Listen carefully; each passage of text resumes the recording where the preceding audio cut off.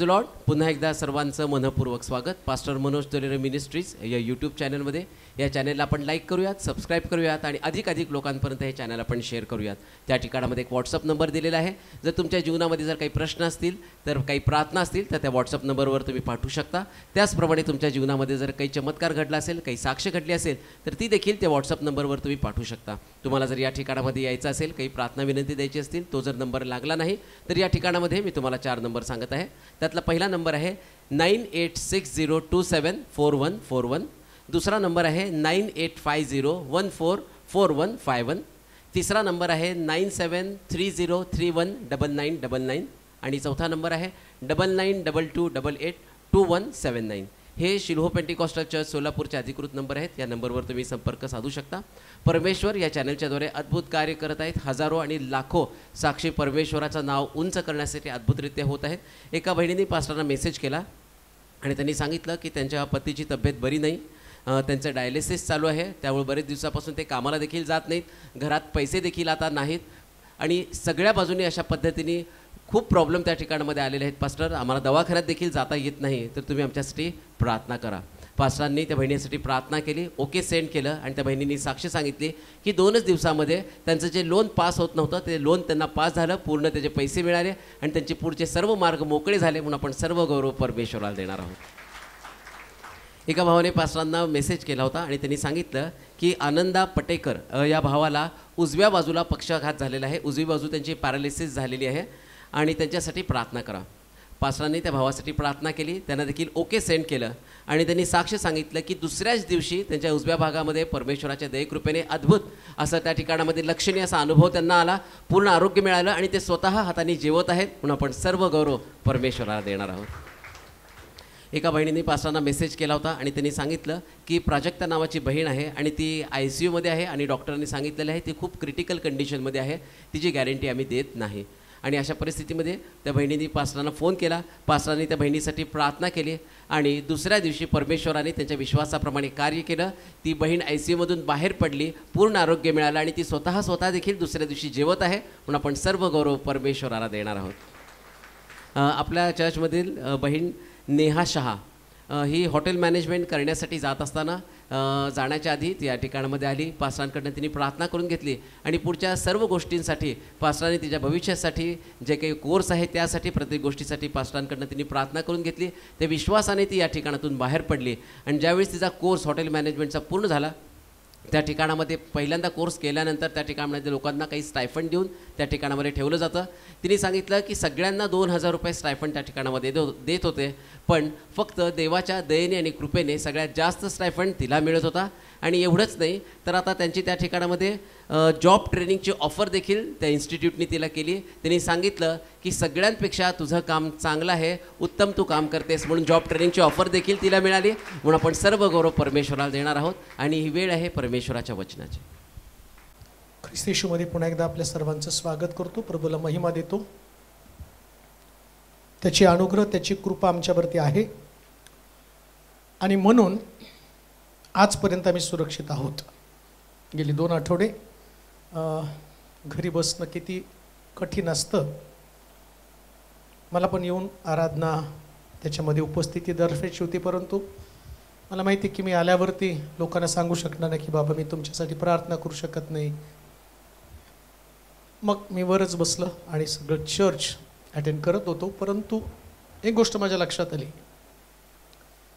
मला माहिती होतं की डॉक्टर सांगतायत त्याच्यानं काही फरक पडेल असं मला कधी जाणवतही नव्हतं पहिल्या दिवसापासून.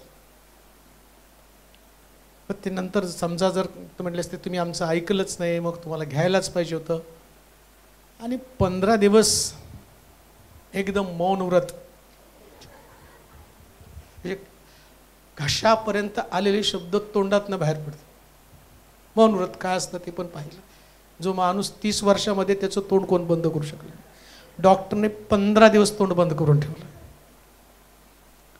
नंतर 15 दिवसांनी तोंड उघडलं आणि डॉक्टरला दाखवायला गेलो. ते म्हटले अहो गप्प बसलाय, अजून वाढलंय. म्हणजे 15 दिवसात अजून ओरडला असतो तर कमीत कमी दबावाने ते कमी तर झालं असतं. परंतु माझा विश्वास आहे, कर्णा अस्पष्ट नाद करेल तर युद्धाची तयारी कोण करेल? लक्षात ठेवा, देवाच्या वचनाची ताकद त्याला कोणी प्रतिबंध करू शकत नाही. प्रभूचं वचन लोकांचं जीवन बदलण्याचं काम करतं.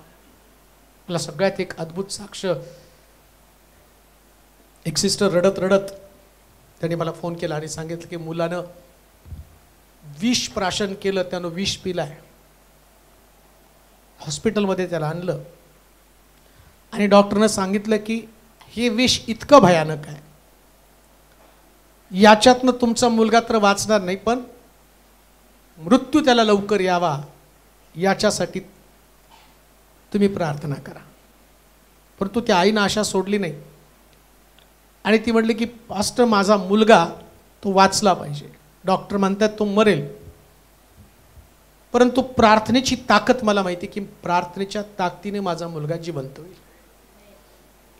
आणि प्रार्थना केली. प्रार्थना केल्यानंतर सकाळी डॉक्टर त्याला चेकअपला आले तर तो फिट आणि फाईट, एकदम फाईट.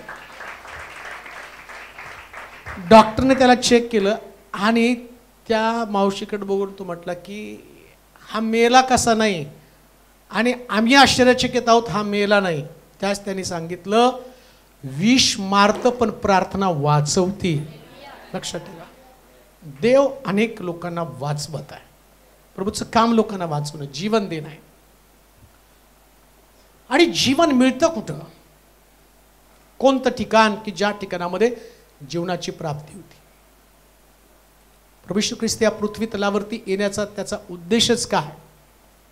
असं लिहिलं, शेवटी त्याच्या कुशीमध्ये भाला भोसकला आणि त्या ठिकाणामध्ये मंडळीचा जन्म झाला. मंडळी अस्तित्वात आली, चर्च अस्तित्वात आलं. प्रभू येशू ख्रिस्त जेव्हा त्याने यरुशलेमेमध्ये प्रवेश केला आणि यरुशलेमेत प्रवेश केल्यानंतर तो म्हटला हे मंदिर मी पाडून 3 दिवसामध्ये उभं करेल. हे मंदिर मी पाडेल आणि 3 दिवसामध्ये पुन्हा उभं करेल. मंदिर नव्हतं का? मंदिर होतं. बरं, ते मंदिर बांधण्यासाठी शल्मोनानं जे श्रम केलं, जो विश्वास ठेवला, जो दृष्टांत प्रभूपासून तो त्यांनी मिळवला, आणि त्या दृष्टांताच्या द्वारे म्हणजे जेव्हा देवानं मंदिर बांधण्याची संकल्पना दाविदाला सांगितलं की मंदिर बांधायला पाहिजे, परंतु देवाने त्याला हटवलं. तो म्हटला तू नाही बांधायचं मंदिर. लक्षात, देवाकडं नेहमी चॉईस असते. ऍप्लिकेशन भरपूर असतात, पण देवाकडं चॉईस आणि सिलेक्शन असतं. दाविदाला सांगितलं कुठपर्यंत मी तुमच्यावर फिरणार आहे, मंडपामध्ये इकडं तिकडं, माझ्यासाठी मंदिर बांधा. आणि दाविदानं तयारी केली आणि देव एकदम म्हणतो की नाही तू मंदिर बांधायचं नाही. त्याला सांगितलं तुला मंदिर बांधायचं आणि मग तू मंदिर नाही बांधायचं. तू तुझ्या मुलाच्या द्वारे शल्मोनाकडनं मी मंदिर बांधून घेणार आहे. शल्मोनानं मंदिर बांधलं आणि तो म्हणतो हे मंदिर मी पाडणार. म्हणजे बघा, खटाटोप करून प्रभूनं ते मंदिर बांधण्यासाठी शल्मोनाला दृष्टांत दिला. शल्मोनानं हर प्रकारे प्रयत्न करून जे उत्तमातलं उत्तम असलं मंदिर बांधलं होतं की तसलं मंदिर आजपर्यंत कोणी बांधू शकलं नव्हतं. एवढं सुंदर मंदिर. प्रभू येशू ख्रिस्त येतो आणि म्हणतो हे मंदिर मी पाडतो. काय घडलं? एवढी मेहनत करून त्यांनी बांधलेलं मंदिर तो म्हणतो मी पाडतो आणि मी 3 दिवसामध्ये दुसरं मंदिर उभं करतो. 3 दिवसामध्ये. ते मंदिर पाडण्याची गरज का वाटली त्याला? हा, त्याला तो म्हणतो विटेवरती वीट राहणार नाही, चिऱ्यावरती चिरा राहणार नाही, सगळं मी पाडून टाकणार आहे. बघा, शल्मोनाचं मंदिर पाडलं आणि येशू ख्रिस्त भविष्यवाणी करतो त्याच्या म्हणतो मी दाविदाचा पडलेला डेरा पुन्हा उभा करेल. बघा, आधी दाविदाला म्हणतो तू मंदिर बांधायचं नाही, शल्मोन मंदिर बांधेल. आणि इकडं मंदिर बांधल्यावरती तो म्हणतो पाडायचं आणि डेरा उभा करायचा. काय विरोधाभास आहे बायबलमध्ये, आणि असं करण्यामागचं त्याचं कारण काय? मी 15 दिवसामध्ये बसून माझ्यासाठी सगळ्यात उत्तम बोलण्याचं माध्यम होतं ते म्हणजे बायबल. त्याच्याशी मी बोलत होतो, देवाशी बोलत होतो, आणि बोलता बोलता प्रत्येक गोष्ट कशा पद्धतीनं देव या पृथ्वीतलावर त्याची व्यवस्था, त्याचं मंदिर, ज्या मंदिरासाठी किंवा ज्या मंडळी, मंदिर म्हणजे पुन्हा मी तुम्हाला सांगतो बिल्डिंग नाही. बिल्डिंग ही सुविधा आहे. बिल्डिंग म्हणजे तुम्हाला उन्हा पावसापासून संरक्षण मिळावं याच्यासाठी ती असणारी जागा आहे, त्याला ती बिल्डिंग आहे. मग मंदिर कोणतं आहे? शलमोनाचं मंदिर तर त्यानं पाडलं. 3 दिवसामध्ये मी पुन्हा उभं करील तो म्हटलेला. बघा बरं का, 3 दिवसात मी पुन्हा उभं करेल. आता प्रभू येशू ख्रिस्त त्या मंदिरासंबंधानं बोलतो की 3 दिवसामध्ये ते मंदिर उभं करायचं. कशा पद्धतीने मंदिर उभं राहतं? मग येशू शिष्यानं जाऊन म्हटलं नाही का, जाऊन सर्व राष्ट्रात शुभवर्तमान सांगा, शिष्य करा, पित्याच्या, पुत्राच्या, पवित्र आत्म्याच्या नावानं. झालं 3 दिवसात मंदिर तयार. बाप्तिस्मा, लोकांचं परिवर्तन, मन फिराव, पश्चाताप आणि त्यांच्या अंतःकरणामध्ये होणारा बदल, याला म्हटलेले मंदिराची रचना. हे मंदिर आहे ते 3 दिवसामध्ये उभं केलं. कोणतं मंदिर? मग आम्ही पाहतो, आधी मंदिरामध्ये लोक येत होते पण लोकांचं तारण होत नव्हतं. ऐका बरं का, आधी मंदिरामध्ये लोक येत होते पण मंदिरामध्ये लोकांचं तारण होत नव्हतं. पण जेव्हा प्रभू येशू ख्रिस्तानं मंदिर स्थापन केलं, 3 दिवसामध्ये उभं केलेलं मंदिर, पित्याच्या, पुत्राच्या, पवित्र आत्म्याच्या नावानं तुमचा बाप्तिस्मा होईल. जीव, आत्मा आणि शरीर, हे 3 भाग, जसं म्हटलं, जीव, आत्मा आणि शरीर. आता लक्षात घ्या, 3 दिवसामध्ये मंदिर उभं करणं, हे माझ्या जीवा परमेश्वराचा धन्यवाद कर, हे माझ्या सर्व अंतर्यामा, त्याचा एकही उपकार विसरू नको. जीवानं केला, आत्म्यानं केला, आता शरीरानं परमेश्वराचा धन्यवाद करायचा. मंदिरामध्ये अजून तर सुरुवात नाही, तुम्हाला नेमकं काय करायचंय, मंदिर कशा पद्धतीने असावं. जगामध्ये असणारं मंदिर, शिलो एक मंदिर आहे, प्रत्येक मंदिर आहेत, प्रत्येक मंदिरामध्ये, परंतु त्या मंदिरामध्ये असणाऱ्या लोकांना मंदिरात कसं जावं हे माहीत नाही. मंदिरामध्ये लोक जातात, पण जेव्हा मी मागच्या दिवसामध्ये एक वचन, ज्या वचनानं मला थोडंसं हलवलं, आणि त्या उपदेशकाच्या पुस्तकामध्ये 5व्या अध्यायाच्या 1 ते 7 वचनामध्ये, जे शलमोन आहे, ज्यानं मंदिर बांधलं, मंदिर बांधल्यानंतर देवानं ज्या गोष्टी त्याला ज्ञानानं प्रगट केल्या, आणि ती गरज जगातल्या प्रत्येक मंदिराला त्याची जाणीव होणं फार गरजेचं आहे. उपदेशकाचं पुस्तक 5वा अध्याय 1 ते 7 वचन. तू देवाच्या मंदिरी जातोस, तेव्हा सांभाळून पाऊल टाक. बोध श्रवण करण्यास समीप जाणे, हे मूर्खाच्या बली हवनापेक्षा बरे. आपण अधर्म करतो, त्यास कळत नाही. बोलण्याची घाई करू नकोस.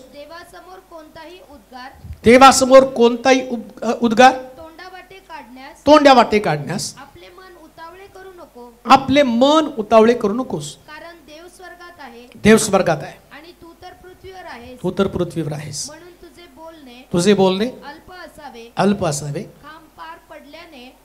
काम फार पडल्यानं त्याचे स्वप्न पडते. तशीच फार वाचाळतेनं मूर्खाची वाणी प्रगट होते. तू देवाला नवस केला असल्यास तो फेडण्यास विलंब करू नकोस. कारण देव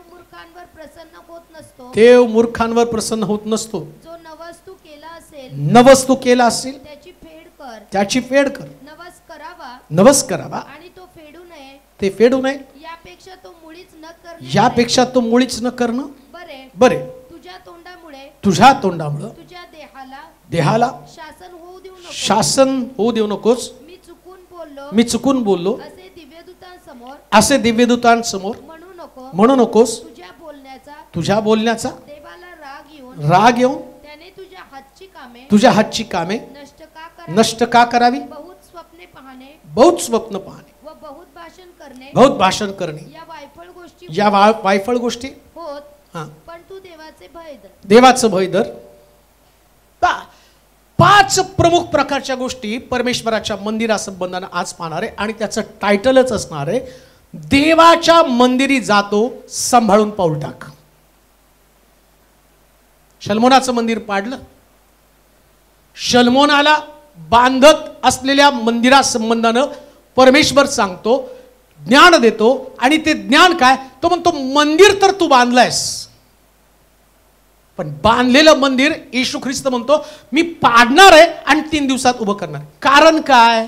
शल्मोनाला त्याने त्या 5 गोष्टी सांगितल्या देवाच्या मंदिरासंबंधानं. लक्षात घ्या, परमेश्वराचं मंदिर हे रविवारी नुसतं एकत्र येऊन आराधना करण्याचं ते ठिकाण नाही आहे, किंवा ते लग्न जुळवणं आणि लग्न स्थापन, किंवा एखादी ख्रिस्ती व्यक्ती मयत झाली तर तिच्यासाठी परमेश्वराच्या मंदिरामध्ये प्रार्थना करणं, आरोग्य देणं याच्यासाठी नाही. तर शास्त्र काय सांगतं? इतकं सुंदर त्या ठिकाणात सांगितलेलं आहे की जेव्हा तू परमेश्वराच्या मंदिरामध्ये पाऊल टाकतो तेव्हा सांभाळून पाऊल टाक. मग आता सांभाळायचं नेमकं काय? आणि जगातल्या जर मंडळांना हे कळलं ना तर मला असं वाटतं जे शखेना गौरव त्या मंडळीमध्ये उतरून आलं ना, ते शखेना गौरव प्रत्येक मंडळीमध्ये उतरून येणार आहे, प्रत्येक चर्चमध्ये. पवित्र आत्मा त्या लोकांमध्ये उतरून आला, जी पहिली मंडळी स्थापन केली आणि त्या मंडळीमध्ये इतके मिरॅकल्स, इतके चमत्कार घडले. साधे लोक, कोणी फार पवित्र, कोणी फार शुद्ध, कोणी खूप चांगले लोक अशा प्रकारचे नव्हते. थोमा अविश्वासू, पेत्र शिव्या देणारा, योहानाला प्रचंड राग येणारा, सगळे वेगवेगळ्या स्वभावाचे लोक. पण पवित्र आत्मा त्या मंडळीमध्ये आला, त्या मंडळीमध्ये पवित्र आत्मा आला आणि ती मंडळी इतक्या सामर्थ्यानं भरली. असं लिहिलं, ते घरोघरी एकत्र जमत प्रार्थना करण्यामध्ये, भाकर बोडण्यामध्ये तत्पर असत आणि प्रभू त्यांच्यामध्ये तारण पावत असलेल्या लोकांची भर प्रति दिवशी हजारोच्या संख्येने पाडत होता. कसं घडणार आहे? देवाच्या मंदिराचं सिक्रेट काय, सिद्धांत काय? तो पहिल्यांदा म्हणतो जेव्हा तू परमेश्वराच्या मंदिरामध्ये पाऊल टाकतो तर सांभाळून टाक, सांभाळून टाक. आणि हे कुणालाच कळलं नाही हो नेमकं देवाच्या मंदिरात सांभाळून पाऊल कसं टाकायचं, काय म्हणायचं नेमकं. शल्मोन ज्ञानी आहे, देवानं कुणाला सिक्रेट सांगितलं नाही, शल्मोनाला सांगितलं. बांधलं पण त्यानेच ना, आणि देवानं त्याला बांधण्यासाठी भाग पाडलं. तो म्हटलं तू मंदिर बांधायचंय. मग विचार करा, ज्याला मंदिर बांधायला सांगितलं त्या व्यक्तीलाच देव व्यवस्था सांगणार ना, की तुझं मंदिर कशा पद्धतीने असावं, लोकांना तू कशा सूचना कराव्यात, कशा पद्धतीनं लोकांनी मंदिरामध्ये. तिथं म्हणतो पाऊल टाकतानाच तुला सावधपणे पाऊल टाकायला पाहिजे. तुम्ही आलान बसला चर्चमध्ये नाही, आओ एंट्री करतानाच तुम्ही गंभीर असलं पाहिजे. कारण तुम्ही कुठं जगातल्या साध्या सुद्धा ठिकाणी नसता. इथं तुमचं बसणं, तुमचं बोलणं, या सगळ्या विषयी तुम्ही वचनं जर वाचली तर त्या ठिकाणामध्ये मला वाटतं की उपदेशक 5वा अध्याय 6 वचन वाचा, 5 आणि 6 वचन. तुझ्या तोंडामुळे तुझ्या देहाला शासन होऊ देऊ नको. मी चुकून बोललो असे देवदूतासमोर म्हणू नको. कुणासमोर म्हणू नको? आता हे बोलतो कशा संबंधानं बोलतो? मंदिरा संबंधानं. तुम्हाला कशाचा विषयी सांगितलं? मंदिर. तुम्हाला माहिती आहे का, तुम्ही येण्याच्या अगोदर देवदूत येऊन बसलेले आहेत, तुम्ही नंतर आला हो. आणि लक्षात घ्या, इथं तुम्ही जे बोलता ना ते देवदूतासमोर बोलता कुणासमोर? म्हणजे तुम्ही देवाच्या मंदिरात तो पाऊल टाकताना इतकं सावधगिरीने पाऊल टाक. कशासाठी? ऑलरेडी माझे देवदूत तिथं आहेत, ऑलरेडी देवदूत या ठिकाणामध्ये आहेत आणि ते लोकांना माहीतच नाही. आणि मला असं वाटतं जेव्हा लोकांना देवाच्या मंदिरात सावधानतेने पाऊल टाकायचं कसं समजलं ना, कोणत्या चर्चमध्ये कधी भांडणं होणार नाहीत, कधीच नाही होणार हो. त्यांना माहीतच नाही देवदूत आतमध्ये बसलेले आहेत.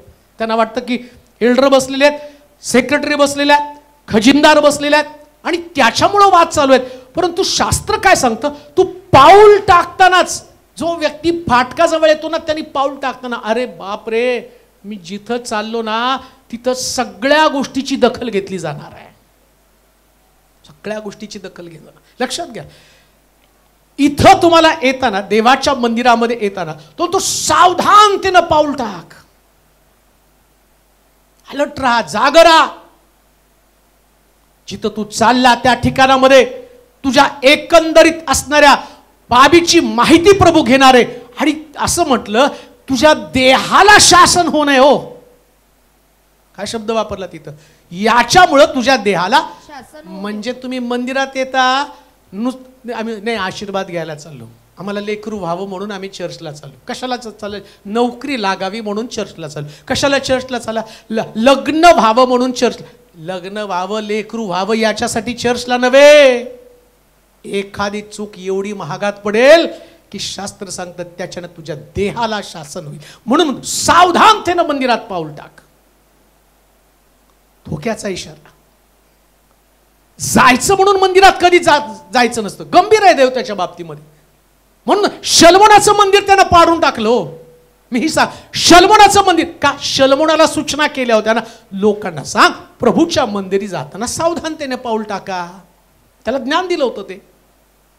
शलमोनानं उपदेशकाच्या पुस्तकात लिहिलं. आम्ही उपदेशकाचं पुस्तक वाचतो, पण वाचताना खरंच देवाच्या मंदिरात आम्ही कसं जातो याचा विचार कधीच करत नाही. आम्ही जनरल जातो. चाललो आम्ही कुठं चालला? चर्चला चालला. आता चर्चला जाता पहिलाच मुद्दा इतका सुंदर आहे, मला वाटतं पहिलं वचन वाचास. कसं पाऊल टाकायचंय? हा, तू देवाच्या मंदिरी जातो, देवाच्या मंदिरी जातो तेव्हा सांभाळून पाऊल टाक. सांभाळून पाऊल टाक. बोध श्रवण करण्यास. पहिली गोष्ट, कशासाठी जातो? बोध श्रवण करण्यास. समीप जाणे. समीप जाणे. हे मूर्खाच्या बली हवनापेक्षा, मूर्खाच्या बली हवनापेक्षा बरे. आपण अधर्म करतो, आपण अधर्म करतो हे त्यास कळत नाही. हे त्यास कळत नाही. पा तो काय म्हणतो माहिती का? सावधतेने पाऊल टाक. कशासाठी? तुला देवाच्या मंदिरामध्ये जाऊन बोध श्रवण करायचंय, म्हणजे वचन ऐकायचंय. कशासाठी तुम्ही मंदिरात गेला? लक्षात घ्या, तुम्ही जेव्हा परमेश्वराच्या मंदिरात येता, तुमच्या फिलिंग्स, तुमच्या भावना, तुमचे विचार काय असले पाहिजे? मी परमेश्वराचं वचन ग्रहण करण्यासाठी चाललेलो आहे, श्रवण करायला चाललेलो आहे. तो मूर्ख मनुष्य जेव्हा बलीचं अर्पण करतो, त्या मूर्खाला त्या बलिदाना संबंधानं काहीच माहित नाही. अधर्म करतो म्हणजे काय? हो, तुम्ही देवाच्या मंदिरात येता, पण वचन कसं ग्रहण करता? तो म्हणतो मूर्खानं केलेलं बलिदान हे दोन्ही पण सेमच आहे. आता मूर्खाला त्या बलिदानाचं कसं काय बलिदान होतं, त्या बलिदानाला कशा पद्धतीने आणि अर्पण करायचं? थोडक्यामध्ये मी तुम्हाला सांगतो. उत्पत्तीच्या पुस्तकामध्ये कायनानं बलिदान केलं, हाबेलानं बलिदान केलं, पण कायनाला बलिदानाची पद्धत माहीत असून त्यानं चुकीच्या पद्धतीने बलिदान केलं आणि देवाने ते अमान्य केलं. त्यानं कायनानं हाबेलाचा खून केला. का खून केला? प्रभूनं त्यानं केलेलं योग्य पद्धतीचं बलिदान स्वीकारलं. ठरला तर मूर्ख काईन ना, का तर त्याला बलिदान कसं करायचं माहित नव्हतं. शास्त्रामध्ये लिहिलं बलिदान करण्याची जी पद्धत आहे, तिथं असं लिहिलं शास्त्रामध्ये की बलिदान करताना त्याचा जीव गेला पाहिजे. कोणाचा जीव गेला पाहिजे? जे अर्पण तुम्ही करता त्याचा जीव गेला पाहिजे. यानं काय केलं माहिती का? तिथं शेतामधलं पीक जे त्याला आवडतं त्यांनी त्याच्यावरती ठेवलं. आम्ही सुद्धा तेच करतो. देवाच्या आम्हाला जे आवडतं ते आम्ही प्रभूला देतो, जसं पाहिजे तसं अर्पण. म्हणजे ग्रहण करण्यासाठी तुम्ही चालला, देवाचं वचन तुम्हाला बोध करतं, स्वीकारता काय? ग्रहण काय करता? जे आहे ते ग्रहण करता का तुम्हाला जेवढं लागतं तेवढं तुम्ही ग्रहण करता? हाही प्रश्न आहे ना. मला जे लागलं ते, जे मला जमत नाही. येशूचे शिष्य नाही का, येशूच्या मागं, त्याच्या मागं जात असताना येशूने बऱ्याच गोष्टी सांगितल्या, ते आपापसात कुजबुज. एवढं अवघड कोणाला जमेल? मग कशाला मागं फिरायला लागला? एवढं अवघड कोणाला जमेल? तारण किती अवघड आहे. मग प्रभू येशू ख्रिस्त काय म्हणतो? मनुष्याला अशक्य आहे, पण देवाला सर्व काही शक्य आहे. म्हणजे काय? जेव्हा तुम्ही मानवी बुद्धीने विचार करता, ही गोष्ट माझ्यासाठी कठीण आहे, देवाचं वचन तसंच आहे. तुम्ही ग्रहण करण्यासाठी, श्रवण करण्यासाठी आल्यानंतर तुम्ही पाहता आणि त्या वचनाकडे जितकं बारकाईनं तुम्ही लक्ष द्यायला पाहिजे. अरे प्रभू बोलत आहे माझ्याशी, प्रभू सूचना करत आहे. माझ्यातल्या चुका, माझ्यातल्या उणिवा. बायबल सांगतं देवाचं वचन दोष दाखवणं आणि सुधारणूक याच्यासाठी आहे. दोष दिसलेच पाहिजेत. जेव्हा परमेश्वराच्या घरामध्ये जाता पहिल्यांदा तुम्ही बोध श्रवण करण्यासाठी पाऊल टाकता, मी असं म्हणेल प्रत्येकानं येताना बायबल घेऊनच यायला पाहिजे, मग मंदिरात पाऊल टाकलं पाहिजे. समजतंय का? तुम्ही कुठल्या मॉलमध्ये नाही चाललेला, तुम्ही कुठं थिएटरमध्ये नाही चाललेला. जिथं तुम्ही चालला तिथं देव त्याच्या वचनातनं बोलणार आहे. गंभीरपणा असला पाहिजे. लक्षात घ्या, ज्या व्यक्तीकडं आपलं पवित्र शास्त्र नाही, परमेश्वराच्या मंदिरामध्ये जाताना विचार करा, शाळेत जाताना विदाऊट स्कूल बॅग जाऊ शकतो का? नाही. ते म्हणलं आज माझा मुलगा जरा लाडाला आलाय, टीचर त्याला बसू द्या.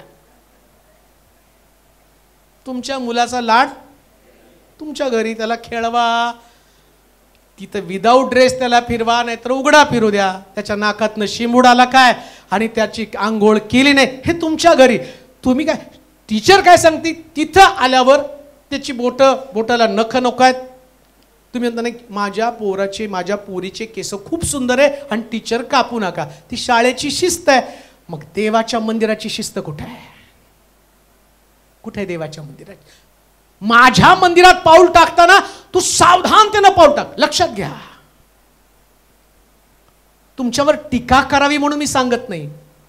कोणत्या चर्चचा तो सिद्धांत नाही, हा शलमोनाला दिलेला देवानं सगळ्यात मोठा सिद्धांत आहे. तू देवाच्या मंदिरामध्ये पाऊल टाकतो ते सावधानतेनं पाऊल टाक. लक्षात घ्या, घरातनं निघताना पहिल्यांदा तुम्ही माझं पवित्र शास्त्र कुठे आहे? आज देव त्याच्या वचनातनं माझ्याशी बोलणार आहे आणि मी ते उघडून पाहणार आहे. माझा प्रभू माझ्याशी काय बोलत आहे? माझा प्रभू माझ्याशी काय बोलत आहे?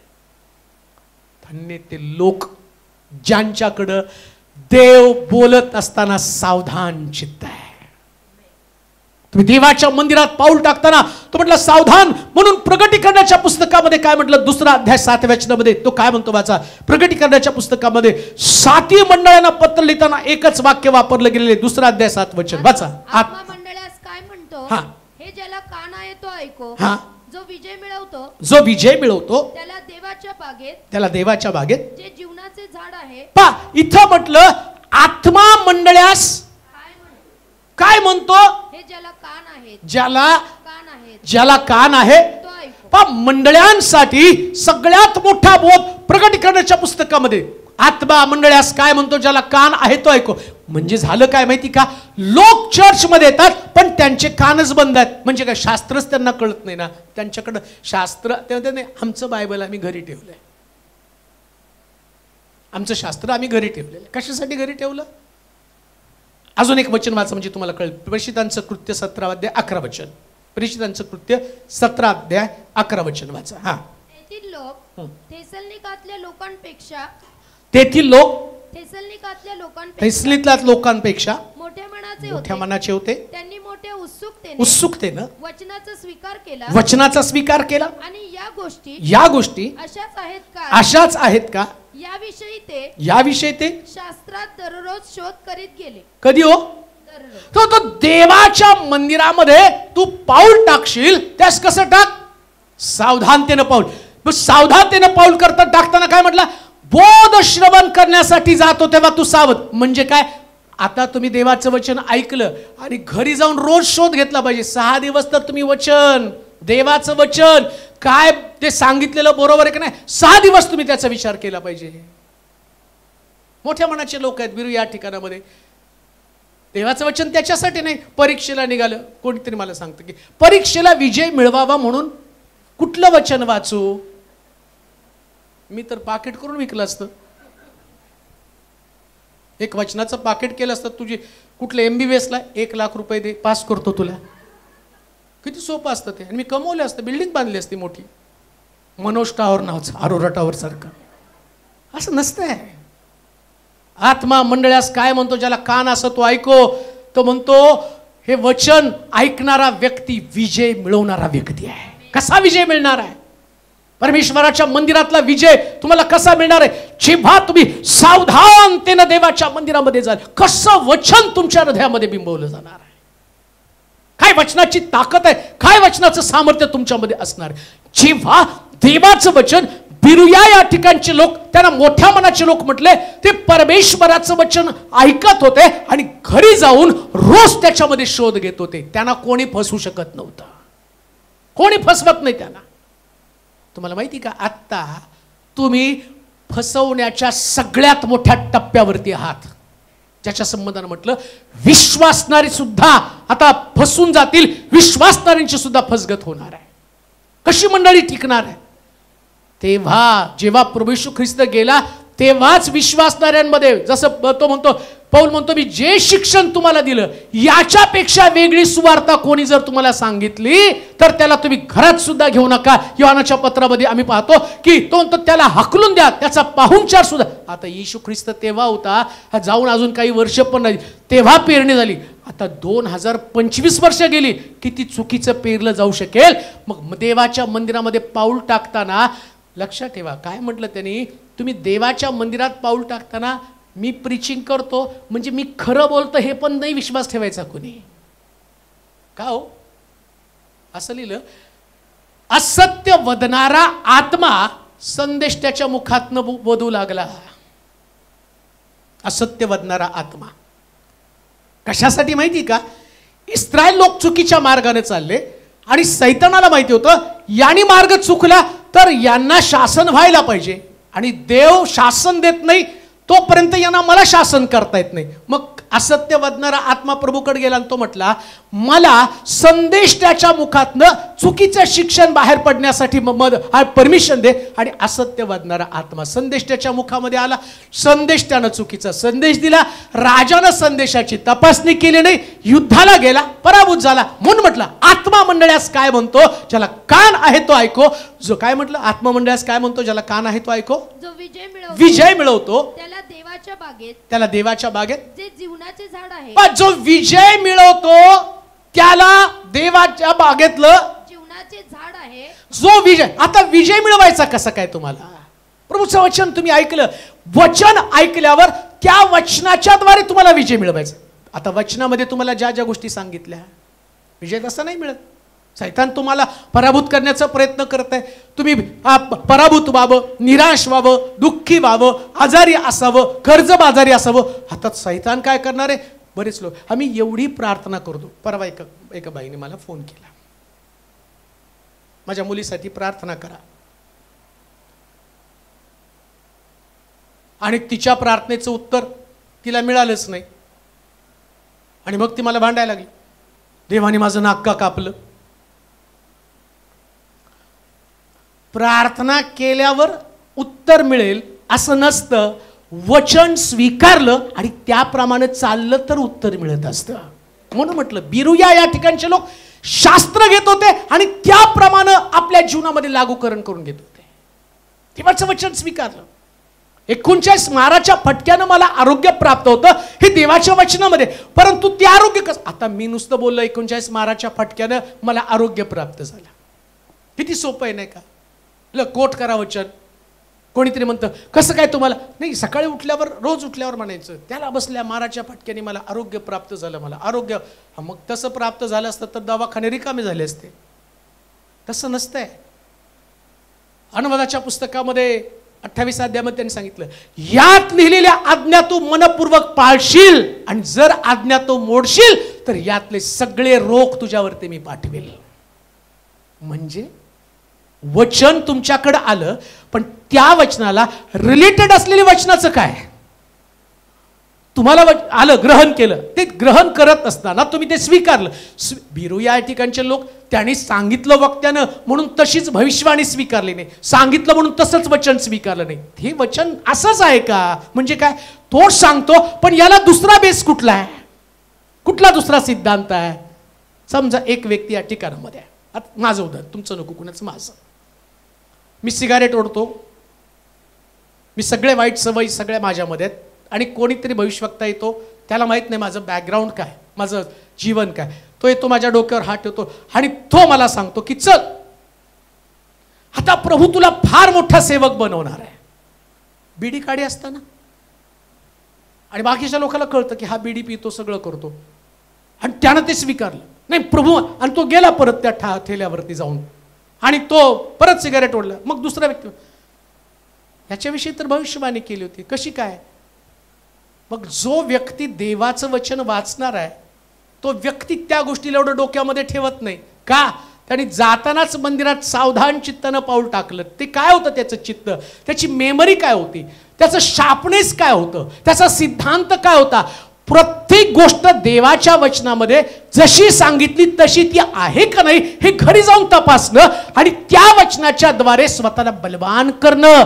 मंडळांची फसगत का होत आहे याचं कारण लोक देवाच्या वचनाचा दुरुपयोग, गैरवापर, चुकीच्या पद्धतीनं त्यांच्याकडे अज्ञान असल्या कारणानं ते देवाच्या वचनापासून भरकटून जात आहे. नाश होत आहे त्यांचा. प्रत्येक वचन स्वीकारत आहे. बघा तुम्ही आता त्या युट्यूबला तुम्ही उघडलं ना, पूर्वी नाचणारे आता म्हणतात नाचायचं नाही, पूर्वी अन्य भाषा बोलणारे ते म्हणतात आता अन्य भाषाच. अहो एवढा वाद मी ते ऐकल्यावर बघितलं. ते अन्य भाषा सैतानाची भाषा, ज्या अन्य भाषा बोलणारा व्यक्ती आता तो म्हणतो अन्य भाषा ही सैतानाची भाषा आहे, तुम्ही जी भाषा बोलता ती सैतानाची, तुम्ही नाचू शकत नाही, तुम्ही उड्या मारता, ती गोष्ट चुकीची आहे. आणि लाखो लोक ते ऐकतात आणि praise the Lord, praise the Lord, praise the Lord. देवाच्या मंदिरात पाऊल टाकताना तू सावधानतेनं पाऊल टाक. का? बोलणारा व्यक्ती शास्त्राला धरून किती बोलतो हे देवाच्या. तसं आता विचार करा, देवाच्या मंदिरात नाचू नये आणि देव म्हणतो दाविदाचा पडलेला डेरा मी. मग दाविदाच्या डेऱ्यामध्ये 3 पाळ्यामध्ये स्तुती आराधना होती. दाविदाच्या डेऱ्यामध्ये काय? दावीद आराधना करत असताना आपल्या वस्त्राचं भान राहिलं नाही, नाचला आणि मिखल खिडकीतनं पाहती आणि एक वाक्य बोलती. इस्रायलाचे राजे आणि एखाद्या हलकट मनुष्यासमोर नाचत असताना कसे दिसत होते. दावीद म्हणतो मी नाचेल आणि अधिकच नाचेल. मिखल निपुत्रिक राहिली आणि दाविदाचा डेरा पुन्हा उभा राहिला. हे सिद्धांत, हे कुठे आहे तुमच्याकडे सिद्धांत? म्हणून लक्षात ठेवा, देवाच्या मंदिरात पाऊल टाकताना सावधानतेनं पाऊल टाका. इथं आलेला प्रत्येक व्यक्ती सत्य असतोच असं नाही. सत्य फक्त देवाचं वचनच असतं. ही गोष्ट पक्की डोक्यामध्ये ठेवा. मग मंदिरामध्ये तुम्हाला आणि कधीच पराजय मिळणार नाही. म्हणून पहिली गोष्ट मी पाहिली की तो म्हणतो श्रवण करण्यासाठी सावधास. त्याच्यासाठी तुमच्याकडे स्वतःचं बायबल पाहिजे. रोज पवित्र आजच्या संदेशाचा रविवारच्या संदेशापर्यंत, पुढच्या रविवारच्या संदेशापर्यंत रोज तुम्हाला विचार करावा लागणार आहे. म्हणजे तुम्ही सावधानतेनं पाऊल टाकलेलं आहे. आम्ही संदेश घेतला आणि आम्ही फार छान झाला आणि घरी जाऊन तिथं टाकून दिला. मी चुकून जर तुम्हाला विचारलं गेल्या रविवारी कोणतं, वह्या काढावं लागतात. म्हणजे काय हो, कालचा ते रविवारचा संदेश गेला. शास्त्र काय सांगतं? बिरुया या ठिकाणचे लोक दररोज त्याचा शोध घेतात. दुसरी गोष्ट वाचूया. खरं तर त्याच्यामध्ये बरंच सांगायचं, परंतु मला ते 5च्या 5 मुद्दे कंप्लीट करणं गरजेचं. उपदेशकाचं पुस्तक 5वा अध्याय 2रं वचन. बोलण्याची घाई करू नको. बोलण्याची घाई करू नकोस. देवासमोर कोणताही उद्गार तोंडावाटे काढण्यास. देवासमोर कोणताही उद्गार तोंडावाटे काढण्यास आपले मन उतावळ करू नको. आता दुसरी गोष्ट, पहिलं श्रवण करणं. देवाच्या मंदिरात गेला, श्रवण केलं. कसं श्रवण केलं तुम्ही? कसं ऐकलं? परमेश्वराच्या मंदिरात तुम्ही जाताना पहिली तर भावना तुमच्याकडे काय असली पाहिजे? श्रवण. देवाचं वचन ऐकता आलं पाहिजे. लक्षात घ्या, एक तुमच्या बुद्धीला ती सवय लावा, शरीराला तुमच्या सवय लावा. मी थकलो, मला आवडत नाही, मी एवढा वेळ बसू शकत नाही, या सगळ्या भावना निघून गेल्या पाहिजेत. मला बऱ्याच चर्चेसमध्ये मी वेगवेगळ्या ठिकाणामध्ये जातो, त्यावेळेस काही लोक मला सांगतात की तुम्हाला 45 मिनिटं बोलावं लागेल. आता शेवटी जायचं तर असतं, 45 मिनिटं तर यांच्या डोक्यात घुसलं पाहिजे, म्हणून मी म्हणतो ठीक आहे, मी 45 मिनिटं बोलतो. मला पुण्यामध्ये फार मोठं फेस्टिवल होतं आणि मग त्यांनी सांगितलं की जवळजवळ 15 ते 20 हजार लोक जमणार आहेत आणि तुम्हाला यायचं आहे. आता मी एवढ्या मोठ्या मीटिंग केल्या, मग म्हटलं जाऊ. आणि मग त्याने मला सांगितलं तुम्हाला फक्त 10 मिनिटं बोलायचं. म्हटलं 10 मिनिटासाठी एवढ्या लांब? आणि 10 मिनिटात सांगू काय? प्रस्तावनेलाच मला तासभर लागतो, 10 मिनिटात सांगणार कसं काय? म्हटलं कार्यक्रम किती आहे? कार्यक्रम 7 तासाचा आहे, पण वचन 10 मिनिटं आहे. म्हणजे लोकांना ते नाच गाणं, तो डान्स, ते फुगे, ती भेळ आणि ते वेगवेगळ्या कपड्यातले स्किट वगैरे. म्हटलं स्किट 1.5 तास, गाणे भरपूर वेळ आणि वचन 10 मिनिटं. इथंच मंडळी हारली हो. विश्वासणारे इथंच हारले.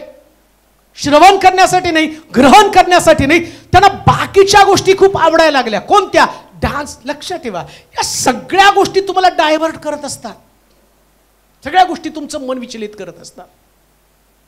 सगळ्या गोष्टींच्या द्वारे जे प्रभूचं गंभीरपणा आहे तो वचनातच तुम्हाला समजणार आहे. वचनाशिवाय नाही तुम्हाला कळणार प्रभू किती गंभीर आहे. झालं काय आता? तुम्ही बघा, मंडळ्या 12 तास, 24 तासाची वर्शिप तुम्ही पाहाल,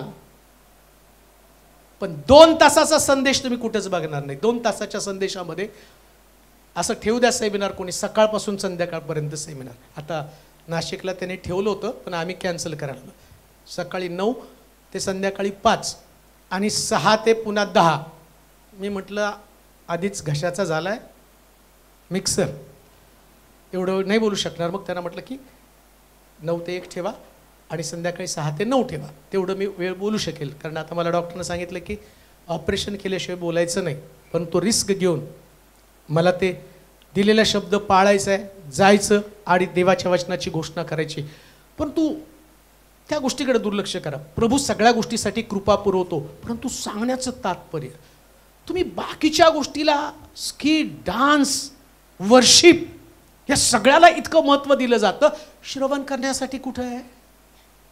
आणि देवाचं वचन ग्रहण करू शकत का? तर देवाच बघा याच्यामध्ये एन्जॉय असतो. आम्ही काल प्रॅक्टिस करताना एक गाणं शारोने मला दाखवलं, मग ते वाजवायला लागलो म्हणजे मी कॉर्ड धरले. तर मला ती सवय, काय धरले की कुठं कॉर्ड लागतं ते बघायचं.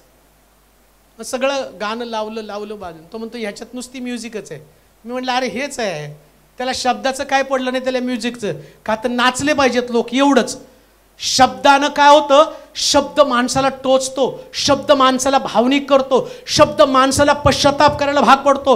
बायबल सांगतं, प्रेषितांच्या कृत्यामध्ये म्हटलं, हे ऐकून त्यांच्या अंतःकरणाला चुटपुट लागली आणि त्यांनी विचारलं, बंधुजनो आम्ही काय करावं? ते म्हटले, पश्चाताप करा आणि येशूच्या नावानं बाप्तिस्मा घ्या. जेव्हा देवाचं वचन ग्रहण केलं जातं तेव्हा अंतःकरणाला चुटपुट लागती, तेव्हा डोळ्यामध्ये अश्रू येतात, तेव्हा काय करावं ही भावना निर्माण होती. देवाचे प्रिय लोक, बोध श्रवण करणं ही या दिवसातली मंडळांची गरज आहे. मंडळ्या जेव्हा देवाचं वचन जास्त ऐकतील, मला तुम्हाला सांगू द्या, मंडळ्या विजयी होतील, मंडळ्या विजयी होतील. आणि मंडळ्यांना आता देवाचं वचन ऐकण्याची सवय लागली पाहिजे. म्हणून म्हटलं, देवाच्या मंदिरात पाऊल टाकताना तुला या उद्देशानं गेलं पाहिजे, मी देवाचं बोलणं ऐकावं.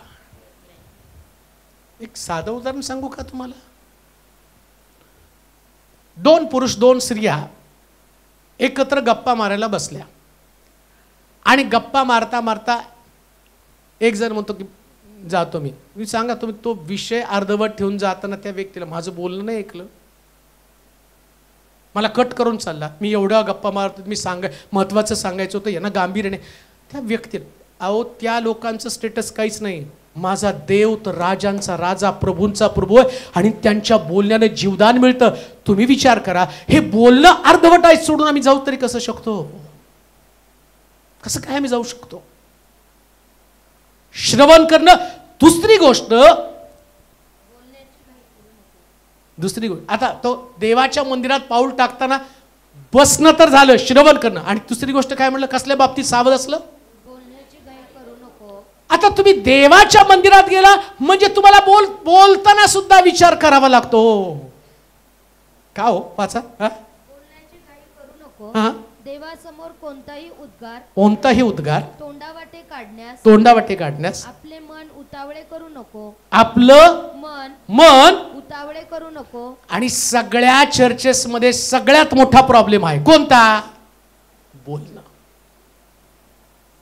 मुळात बरेच लोक चर्चमध्ये बोलण्यासाठीच येतात, परंतु बायबल काय सांगतं?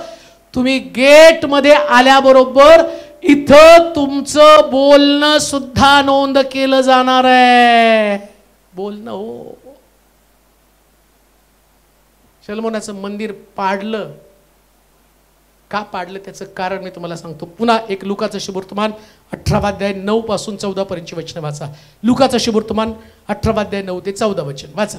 शलमोनाचं मंदिर. हा, आपण धार्मिक आहोत असा जे कित्येक स्वतःविषयी असा जो कित्येक स्वतःविषयी भरोसा धरून इतर सर्वांस तुच्छ मानित होते. इतर सर्वांस तुच्छ मानित होते. त्यांनाही त्याने दाखला सांगितला तो असा. त्यांना तो दाखला सांगितला तो असा. एक परुषी व एक जकातदार. एक परुषी व एक जकातदार असे दोघे जण प्रार्थना कराव्यास. दोघ जण प्रार्थना कराव्यास वर मंदिरात गेले. वर मंदिरात गेलं. परुषाने उभे राहून स्वतःशी अशी प्रार्थना केली. हे देवा इतर माणसे लुबाडणारी ऐका. तो देवाच्या मंदिरात पाऊल टाकताना तू सावधगिरीने पाऊल टाक. आता प्रभू येशू ख्रिस्त जे बोलतो तो म्हटलं हे मंदिर मी पाडून शलमोनाचं मंदिर जे शलमोनाला देवानं बांधण्यासाठी दृष्टांत दिला त्याच्यावरती जबाबदारी सोपवली.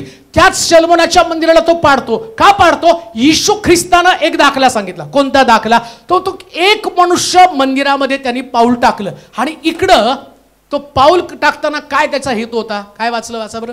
त्यांनी एक मनुष्य एक परुष एक जकातदार असे दोघे जण प्रार्थना कराव्यास वर मंदिरात गेले. परुषाने उभे राहून नाही आधीच आपण धार्मिक आहोत असा जे कित्येक स्वतःविषयी काय शब्द आहे हो? भरोसा. काय स्वतःविषयी? देवाच्या मंदिरात तुम्ही पाऊल टाकताना स्वतःविषयी धार्मिक आहात हा भरोसा नकोय. देवाच्या मंदिरात पाऊल टाकताना तुमच्या मनामध्ये तो भरोसा नाही पाहिजे माझ्यासारखा धार्मिक कोणी नाही. तो गडबड कशाने होणार आहे? जेव्हा तुम्ही देवाच्या मंदिरात येतात तेव्हा उगाच कुठून तरी आत्मविश्वास येतो की मी सगळ्यात जास्त धार्मिक आहे. आणि बायबल सांगतं जेव्हा तू देवाच्या मंदिरात बोलण्याची घाई करू नको. बोलण्याची घाई. या माणसानं तिथं येताना एक परुषी आणि एक पापी जकातदार असे दोघं जण यायला लागले. येताना दोघं संगतीच आले. यानं येतानाच बघितलं आणि येताना बघितल्यावर परुषानं ठरवलं आज जकातदाराची बरोबर मी फजिती करणार प्रार्थनेतनं. आणि मग या माणसानं बघा देवाच्या मंदिरात आता तुम्ही जर मंदिरामध्ये गेला तर प्रत्येक 99% मंदिरामध्ये तुम्हाला याच गोष्टी तिथं दिसतील. मंदिरामध्ये कोण व्यक्ती नसतो. मी सुरुवातीला सांगितलं देव आपले देवदूत पाठवत असतो. कशासाठी माहिती का? देवदूत तुमच्या बोलण्याचा हिशोब स्वर्गामध्ये घेऊन जाणार आहे. तुम्ही काय बोलता तुम्हाला ज्या गोष्टी परमेश्वर मुळामध्ये देवाला सगळ्यांच्या जीवनासंबंधानं माहिती आहे. सगळ्या माझ्याविषयी माहिती आहे तुमच्याविषयी. आता बघा हा मनुष्य जकातदार आणि परुषी दोघं कशासाठी वर गेले? मग प्रार्थना कुणाला सादर करायची? मग प्रार्थना सादर करताना हा कस काय तिथं जकातदार कसं काय याच्या मुखामध्ये आला? जकातदाराकडे कसं याचं लक्ष गेलं? यानं गडबड केली. त्याने त्याला पाहिल्याबरोबर यानं लगेच सुरूच केलं. कसं सुरू केलं? वाचा काय म्हटलं त्याने. व एक जकातदार असे दोघे जण प्रार्थना कराव्यास वर मंदिरात गेले. परुषाने उभे राहून स्वतःशी अशी प्रार्थना केली. हे देवा इतर माणसे लुबाडणारी. कोण लुबाडणार होतं? कोण लुबाडणार होतं? जकातदार आणि परुष दोघं गेले की नाही. मग तो लुबाडणार आहे तुला देवाने तुला वॉचमॅन ठेवलं. तो लुबाडणार आहे. तो आला की तो काय काय करतो मला सांग. नाही देवाला सगळ्यांचं माहिती आहे. पेत्राला म्हटलं गळ टाक मासा पकड. माशाच्या पोटात देवाला माशाच्या पोटातली 2 नाणी माहिती आहेत. जक्कया त्वरा कर खाली आज तुझ्या घरी मला जेवायला यायचं. जक्कय म्हणतो मी कुणाचं कुबांडानं घेतलं. जक्कयाला माहिती सगळं याला माहिती आहे. मग जक्कयानं कबूल केलं.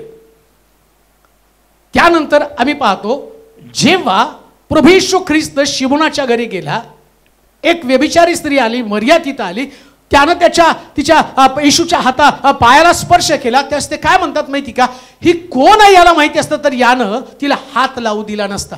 येशू त्यांच्या मनातल्या कल्पना ओळखून त्यांच्या मनातलं बोलणं त्यांनी ऐकलं जाणलं. देव सगळ्यांचं सगळं जाणून असतो. पण जेव्हा तुम्ही त्या जागेवरून व्यर्थ बडबड करता तुमची प्रार्थना, तुमचं बोलणं, या बोलण्याची नोंद घेतली जाणार आहे. म्हणून परमेश्वराच्या मंदिरात येताना तुम्हाला तुमच्या पुरता विचार करावा लागतो. समजतंय का? सावध असा, सावध असा. देवाचं मंदिर फक्त देवाला गौरव देणारं ठिकाण आहे, प्रभूला उंच करणारं ठिकाण आहे. जेव्हा मी मंदिरात येतो त्यास माझी भावना पहा, 2 व्यक्तींचं बोलणं, यातलं एकाचं बोलणं देवाला फार आवडलं. परुषी आला. आता परुषी बनणं ही गोष्ट साधी नाही. परुषासाठी क्वालिटी लागते. अख्खं बायबल पाठ असावं लागतं. परुषी बनण्यासाठी बराच त्याग करावा लागतो. कपड्या संबंधानं, शुद्धते संबंधानं. हा परुषी शुद्धतेच्या बाबतीमध्ये, वचनाच्या बाबतीमध्ये, सगळ्याच्या बाबतीमध्ये तो पुढे होता. पण इथं असं म्हटलं, प्रभूनं त्याच्याकडे पाहिलं आणि पाहिल्यानंतर या परुषानं स्वतःला अति धार्मिक किंवा मी धार्मिक हे दाखवण्याचा प्रयत्न केला. पुन्हा मी तुम्हाला सांगतो, देवाच्या मंदिरात आल्यानंतर तुमच्या धार्मिकतेची बढाई तुम्हाला कधीच मारता येत नाही. तुम्ही देवाच्या मंदिरात पाऊल टाकताना व्यर्थ शब्द, अति बोलणं, अति वाचाळता, म्हणून म्हटलं सावधतेनं पाऊल टाक. तुम्ही येताना विचार केला पाहिजे, देवा आज दावीद म्हणतो ना, देवा माझ्या मुखावर माझ्या वाणीचं द्वार सांभाळ. कशासाठी? प्रभू असा कोणता शब्द माझ्या मुखातनं निघू नये. जसं येशूनं तो शब्द कॅच केला. कोणता? परुषाचा शब्द कॅच केला. तुम्हाला नाही कळत, तुमचे प्रत्येक शब्द तुमच्या आशीर्वादासाठी आणि तुमच्या अभिषेकासाठी अडखळण ठरतात. नीट ऐका, प्रत्येक शब्द, जो शब्द तुमचं जजमेंट करतो, जो शब्द देवाच्या मी म्हणतो परमेश्वराच्या फाटकात प्रवेश केला की फक्त देवाची स्तुती. किती स्वतःविषयी वाटलं ना. अजून एक गोष्ट तुम्हाला सांगतो, स्वतःला कधी रिप्रेझेंट करू नका, फक्त प्रभूला, त्याला. दुसरी महत्वाची गोष्ट, समोर असणारा व्यक्ती, या व्यक्तीचं आम्हाला कोणत्याही पद्धतीनं प्रेझेंटेशन करायचं नसतं. जसं आम्ही पाहतो, या पापी व्यक्तीचं प्रेझेंटेशन त्यानं येशू समोर, देवासमोर त्यानं केलं. मी बाकीच्या लोकांसारखा नाही. मुळामध्ये तुम्हाला कोणासारखं बनायचं नाही, तुम्हाला येशू सारखं बनायचंय. तुम्ही त्याच्यासारखे बनला आहात का? हा मोठा प्रश्न आहे. म्हणून देवाच्या मंदिरामध्ये गेल्यावर फार सुंदर म्हटलं, मी चुकून बोललं असं म्हणू नको. मग आता हे ऐकल्यावर बरेच, नाही चुकून झालं. देव म्हणतो नाहीच, चुकून होत नाही, मुद्दामून झालं. जेव्हा देवाच्या मंदिरात तुमचं बोलणं, म्हणून वाचा ते वचन, हा, बोलण्याची घाई करू नकोस. देवासमोर कोणताही उद्गार, देवासमोर कोणताही उद्गार तोंडावाटे काढण्यास आपले मन उतावळे करू नको. सगळ्यात मोठा प्रॉब्लेम मनाचा आहे हो. आता कसं होतं माहिती की सैतान, त्याला माहिती तो जीवेच्या हाती जीवन आणि मरण आहे. सैतानाला यांना मरण द्यायचंय. आता साधी गोष्ट आहे हो. तुम्हाला आलिशा म्हटलं की उद्या तुम्हाला सगळं स्वस्त मिळणार आहे. राजा गप्प बसला हो, राजा काही बोलला नाही. तो म्हटलं ठीक आहे, म्हणतोय तर आपण विश्वास ठेवू. ज्याच्या खांद्यावरती राजा आपला हात ठेवता, तो देवाना आकाश कशाला गडबड केली? कप बसायचं ना. आदामाला प्रश्न केला, आदामा तू कुठे आहेस? उत्तर काय? देवा मी झाडाच्या मागं लपलो. बस. देवा मी नग्न आहे. बोलण्याची घाई. तुला कोणी? देव तो देव आहे, शब्दात पकडणार आहे, शब्दामध्ये पकडणार आहे. बघा, एक व्यभिचारी स्त्री पकडली, गडबडीने घेऊन आली. शास्त्रात लिहिलं दगडमार करून मारावं, बरोबर आहे. पहिला दगड त्यांनी मारायचा ज्याने अजून पकडलं ना. ती बाई एक शब्द बोलत नाही बरं का, एकदम शांत बसली. लोकांनी दगड घेतले. येशूने तिला विचारलं पण नाही, तू पाप केलं का, काय केलं? मी काल एक संदेश, माझे फेवरेट SR मनोहर, मी नेहमी सांगतो, इतका सुंदर संदेश होता. तर बायबल हे सगळं गुडनेसने भरलेलं पुस्तक आहे, सगळं चांगलं आहे. त्याच्यात तुम्हाला वाईट काहीच दिसणार नाही. योसेफाला त्याचे भाऊ खड्ड्यामध्ये टाकतात, त्याला विकतात, मारण्याची योजना करतात. मग योसेफाला देव काढतो आणि मिस्रामध्ये घेऊन जातो. त्याचे भाऊ त्याच्याकडे येऊन रडतात. त्यास योसेफ काय म्हणतो माहिती का, वाईट वाटून घेऊ नका, देवाने ही तुमच्या चांगल्यासाठी योजना करून ठेवलेली होती, सगळं चांगलं आहे. त्याच्या भावाने त्याला विकलं, खड्ड्यात टाकलं. ही योजना जरी मनाला क्लेशदायक असते, तो म्हणतो नाही चांगलं आहे. जीवनामध्ये सगळ्या गोष्टी योजनेप्रमाणे घडतात. कशाचं वाईट वाटून घ्यायचं नसतं आणि वाईट पेरायचं नसतं, जजमेंट करायचं नसतं. जेव्हा परमेश्वराच्या मंदिरामध्ये येतात तेव्हा तुमची फिलिंग, तुमची भावना तुम्हाला कंट्रोल करता आली पाहिजे. त्यांनी ते चर्च, त्यांनी ती मंडळी, च्या मंडळीतली प्रत्येक व्यक्ती येताना ती स्वतःचं जीवन तपासते आणि म्हणते, देवा पवित्र आत्म्या ये, माझ्या जीवनाचं रिस्टोरेशन कर. रिस्टोरेशन पापी माणसानं केलं. धार्मिक मनुष्य पतन पावला, देवाच्या दृष्टिकोनातनं तो कमी झाला. त्याच्या तोंडामुळं शास्त्र सांगतं त्याचं बोलणं मर्यादित, त्याचं जीवन चांगलं होतं पण बोलणं चुकीचं होतं. तो धार्मिक होता, किती चांगलं आहे, तो शब्दात पाळत होता, किती चांगलं आहे, तो दशांश देत होता, किती चांगलं आहे आणि तो सगळे देवाचे नियम पाळत होता, पण बोलणं वाईट होतं ना, बोलण्यानं तो अडकला ना. बरं, मुळामध्ये तिथं गेल्यावर त्याच्या समोर देव असला पाहिजे. त्याच्यासमोर ती व्यक्ती कशी काय आली? त्याच्यासमोर कोण? तुम्ही कुणाला भेटायला आला? मग देवाला भेटायला आल्यावर येताना तुमच्या डोक्यात काय पाहिजे? बसल्यावर काय डोक्यात पाहिजे? जाताना काय डोक्यात पाहिजे? व्यक्ती कशी काय आली? मग कसं काय डायव्हर्ट झालं तुमचं मन? कसं काय विचलित झालं तुमचं मन?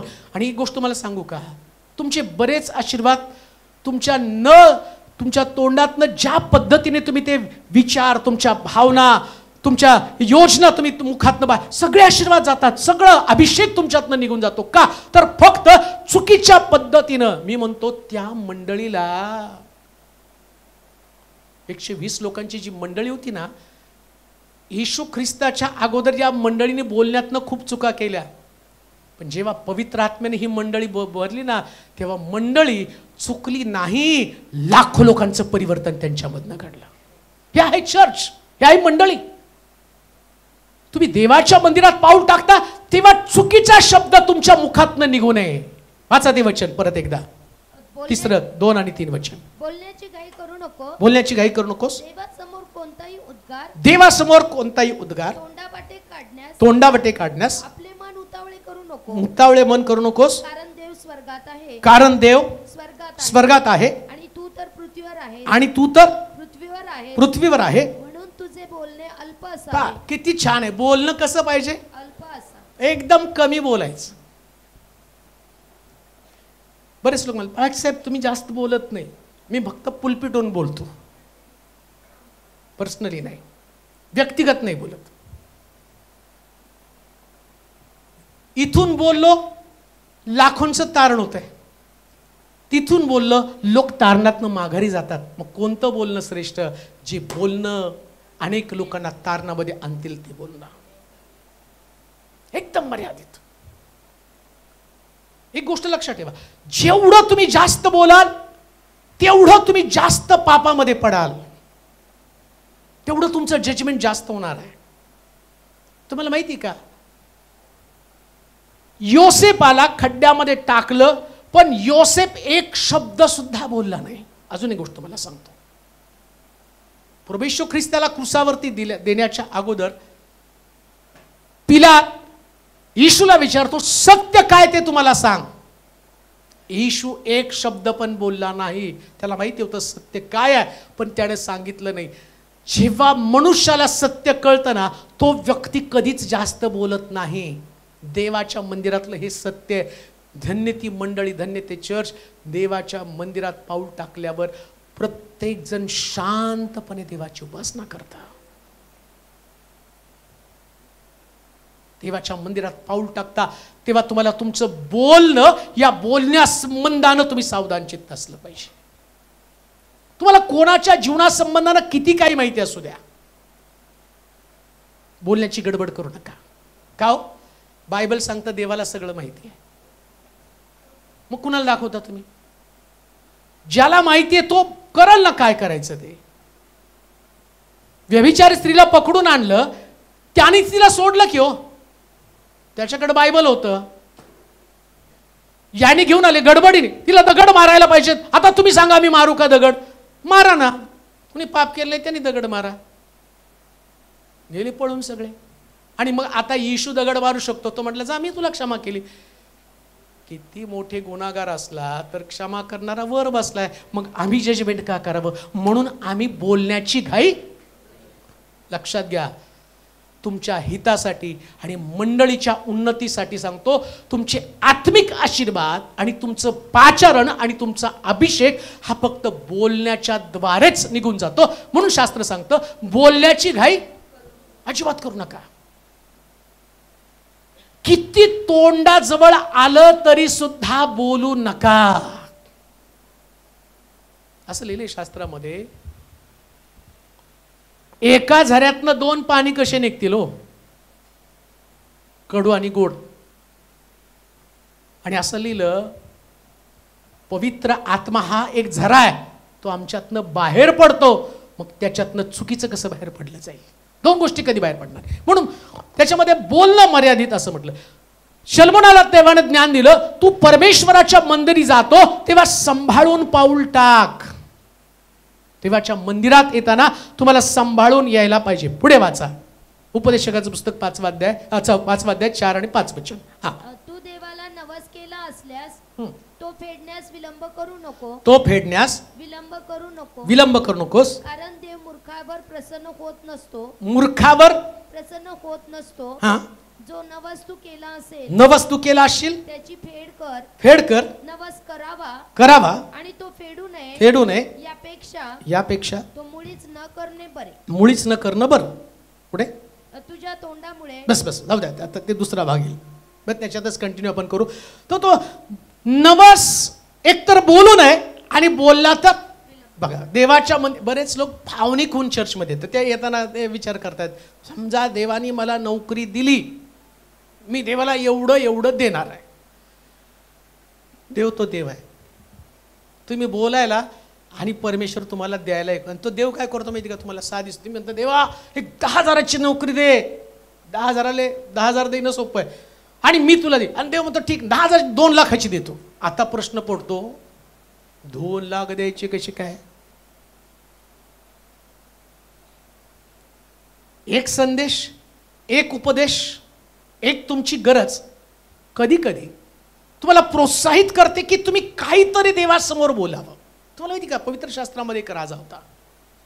त्या राजानं परमेश्वराकडं नवस केला. तो म्हटला की देवा मला तू या शत्रूवरती विजय दे, आणि मी विजय संपादन करून आल्यावर जो पहिला प्राणी माझ्यासमोर येईल त्याचं अर्पण मी तुला देऊन टाकेल. त्यांनी कल्पना पण केली नव्हती की तो विजय मिळवून येईल आणि त्याची तरुण सुंदर मुलगी येऊन त्याचं स्वागत करेल. तो विजय मिळवतो आणि येतो, आणि तेवढ्यामध्ये त्याची मुलगी नाचत नाचत त्याच्या समोर येते, आणि तो म्हणतो मुली काय केलं तू? हे मी नवस बोललो होतो, पहिला प्राणी जो मला येऊन भेटेल मी त्याचं अर्पण करेल, आता माझ्या देवाला मला तुझं अर्पण करावं लागेल.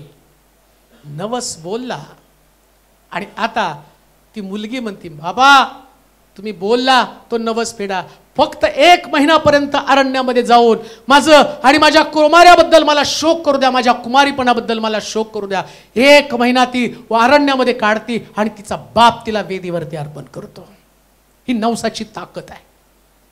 म्हणून देवाच्या मंदिरामध्ये पाऊल टाकताना परमेश्वर कोणत्याच गोष्टीची सक्ती तुम्हाला करत नाही, तुम्ही ते करायलाच पाहिजे. पण एकदा तुम्ही देवाशी कमिटमेंट केली, ती तुम्हाला पार पाडणं तेवढं गरजेचं आहे.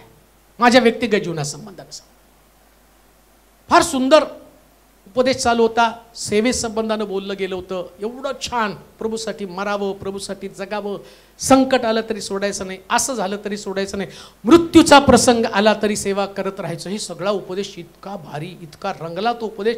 आणि तिथंच रडून रडून मी देवा तुला जीवन देऊन टाकतो, आता तुझ्याबरोबरच चालेल. नाही मला माझ्या परिवाराचं काय, ना मला माझ्या नोकरीचं काय, ना मला पैशाचं काय, मला तुझ्याबरोबर चाल. देवाने तेवढा शब्द पकडला. नवस्त्र बोललो, आता नवस बोलल्यानंतर इकडं शिक्षण घेतल्यावरती चांगले पर्सेंटेज, चांगली पर्सनॅलिटी, बोलणं चांगलं होतं. मग गेलो कंपनीमध्ये गेल्यावर कंपनीने कामाला ठेवलं, प्रमोशन दिलं, मोठ्या पोस्टवरती टाकलं, पैसे मिळायला लागले, सगळं काही चांगलं व्हायला लागलं. नवस विसरलो. देव मला म्हणला नव्हता की तुला, त्याने नाही मला सांगितलं की तू चल शिक्षण घेतलं ना, सोड, आता नोकरी करायची. मी गडबड केली ना, मी बोललो आणि मी आता माझा निर्णय बदलला. मी म्हटलं नाही आता काय करायचं. आता पाळकाचं मी बघत होतो, आमच्या पाळकाच्यात काय त्याची बिचारायची अवस्था, एवढा त्रास होता. म्हटलं नाही बाबा हे आपल्याला जमायचं नाही. बायकोचं ऐकायचं, घरातलं लोकांचं ऐकायचं, एवढं इतका कुटुंबात त्यांना त्रास, रोजच्या आर्थिक अडचणी, प्रश्न चालत जात होतो. आम्ही सेवा करताना औंधपासून पुणा स्टेशनपर्यंत चालत कॅम्पापर्यंत चालत जायचो. रात्री 9ला सुटलेली सभा 9ला सुरू व्हायची, 12ला संपायची. घरी पोचायला आम्हाला पहाटे 2-3 वाजायचे. पहाटेपर्यंत आम्ही चालत जायचो. आणि ती कठीण सेवा, म्हणजे हे कसली सेवा, आपण नाही असलं सेवेमध्ये. पण नवस बोललो होतो प्रभूला. बोलण्याची घाई करू नकोस. नवस बोलला तर फेडायचा विचार कर. लक्षात ठेवा, ज्याच्यासाठी तुम्हाला प्रभू आत्म्यामध्ये एखादं प्रेरणा देतो आणि तुम्ही त्या प्रेरणे बोलता, मग ते करताना कोणत्याच गोष्टीची माघार घेऊ नका. म्हणून देवाच्या मंदिरात सावधानतेने पाऊल टाका की तुम्ही जे बोलता त्या बोललेल्या गोष्टीला तुम्ही बांधील असलं पाहिजे. काय पण होऊ द्या, मग तिकडं काय पण होऊ द्या. एकदा ठरवलं म्हणजे काय घडलं. मला वाटतंय प्रेषितांच्या कृत्यामध्ये 5वा अध्याय 1 ते 6 वचन जर तुम्ही वाचलं तर तुम्हाला कळेल. प्रेषितांचं कृत्य 5वा अध्याय 1 ते 6 वचन. व त्याची बायको सफीरा यांनी आपली मालमत्ता विकली. मग त्याने आलेल्या किमतीतून काही भाग बायकोच्या संमतीनं मागे ठेवला व काही भाग आणून प्रेषितांच्या चरणापाशी ठेवला. तेव्हा पेत्र म्हणाला, हनन्या, तू पवित्र आत्म्याशी लबाडी करावी व जमिनीच्या किमतीतून काही ठेवून घ्यावे म्हणून सैतानाने तुझं मन का भरवलं आहे. तोवर तुझी होती, जोवर तुझी होती, ती होती तोवर तुझी स्वतःची व विकल्यावर तुझ्या स्वाधीन नव्हती का. हे करण्याचं आपल्या मनात तू का आणलं. तू मनुष्याशी नव्हे तर देवाशी लबाडी केली.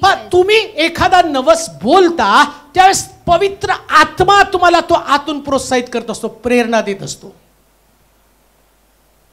आपल्याकडे वेळ फार कमी, पण याच्याविषयी पण मला इतकं सुंदर तुम्हाला सांगता आलं असताना. पण एक गोष्ट ध्यानात ठेवा, जेव्हा पवित्र आत्मा एखादी गोष्ट तुम्हाला सांगतो ती करत असताना त्याच्यामध्ये फार मोठे आशीर्वाद लपलेले असतात.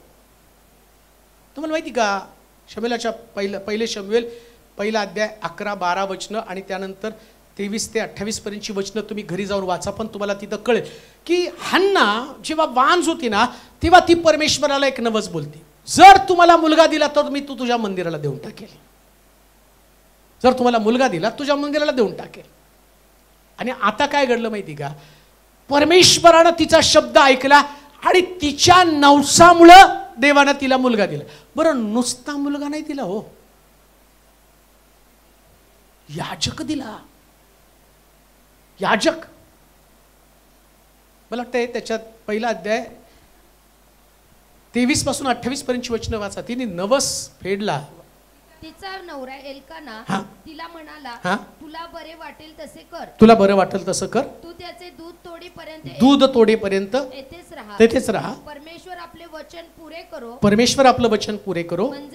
म्हणजे झालं. तेव्हा ती स्त्री घरी राहिली आणि त्याचे दूध तुटेपर्यंत तिने त्याला स्तनपान दिलं. त्याचे दूध तोडल्यावर ती त्यास घेऊन गेली. तिने 3 गोरे, 1 एफाभर सपीठ, 1 बुदलाभर द्राक्षरस बरोबर घेतला आणि ती शिलो येते परमेश्वराच्या मंदिरी मुलास घेऊन गेली. तो त्यावेळी केवळ बालक होता. त्यांनी गोरा बळी दिला आणि त्या बालकास एलीकडे नेलं. तेव्हा हन्ना म्हणाली, माझे स्वामी, आपल्या जीविताची शपथ, माझे स्वामी, जी स्त्री आपल्या जवळ येथे उभी राहून परमेश्वराची प्रार्थना करीत होती, ती स्त्री मी आहे. या याच बालकासाठी मी प्रार्थना करीत होते. पण नवस एकदा बोलल्यावर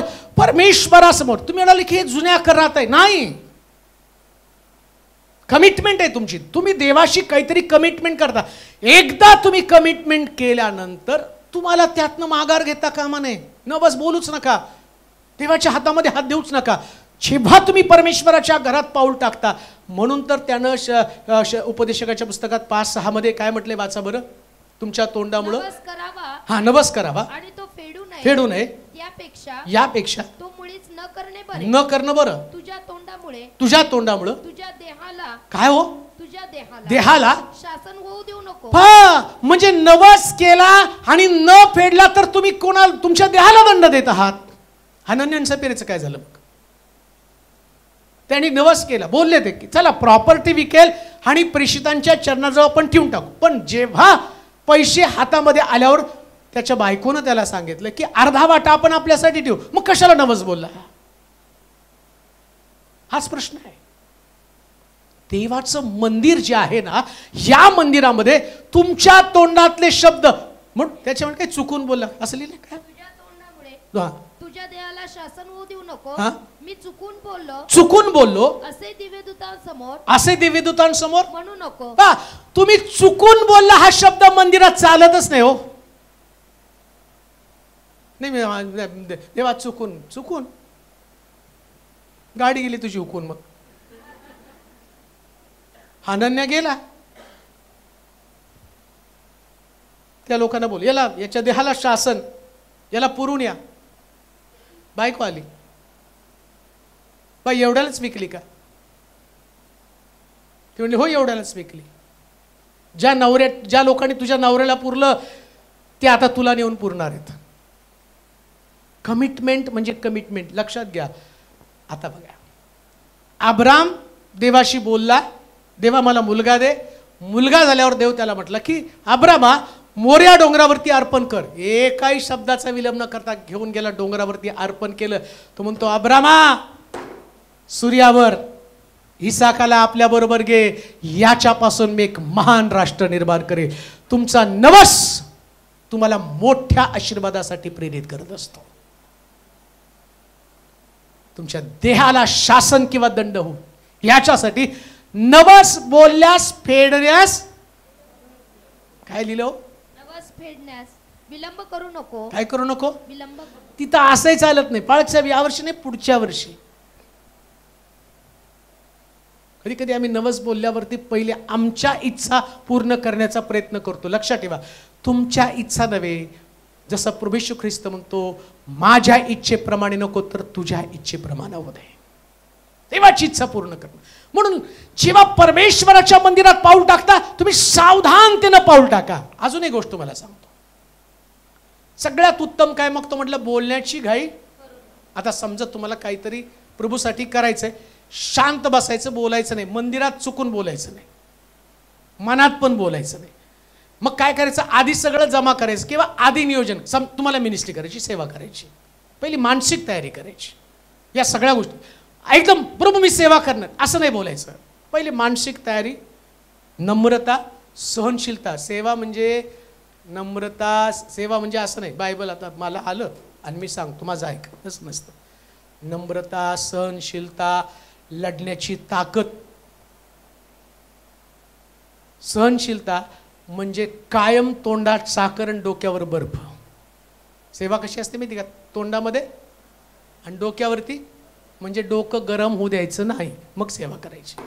ते तुमचं जमलं तर सेवेचा निर्णय घ्यायचा, नाही तर बोल मी सेवा करेल, सेवा करेल, सेवा करेल, सेवा करेल, मग स्टेपनासारखे दगड खावे लागतील. सेवा करील मग पेत्रासारखे फटके खावे लागतील. सेवा करशील मग छडींचा मार. सेवा करशील मग पौलासारखं नौका भंग व्हावा लागेल. सेवा करणं म्हणजे मग मी बोललंच नाही पाहिजे ना. आता मी बोललो म्हणून मी अडकलो ना, मी अडकलो तर इथं यावंच लागलं ना, इथं येऊन सेवा करावीच लागली ना. म्हणजे जेव्हा तुम्ही कमिटमेंट करता तेव्हा तुम्हाला फेडण्यासाठी गडबड करावीच लागते. निर्णय तुम्हाला म्हणजे त्याच्या अगोदर तुम्ही बोलू नका ना. आणि जेव्हा तुमच्या मनाचा निर्णय होईल तेव्हा तुम्ही ती बोलून मोकळं व्हा.